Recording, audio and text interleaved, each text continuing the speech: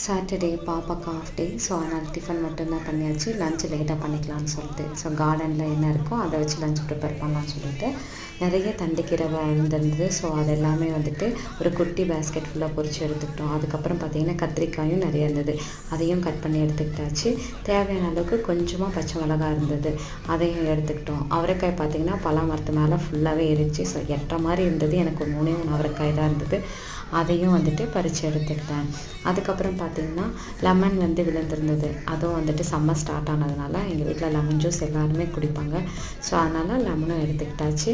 அதுக்கப்புறம் பார்த்திங்கன்னா 7 டேஸில் நிறைய பூ இருந்துச்சு. செண்டு மல்லியில் நிறைய பூ, அதுக்கப்புறம் சங்குப்பூ கொஞ்சம், மனோரஞ்சிதா, இந்த மாதிரி கலர் கலராக பூவெல்லாம் எடுத்துக்கிட்டாச்சு சாமிக்காக.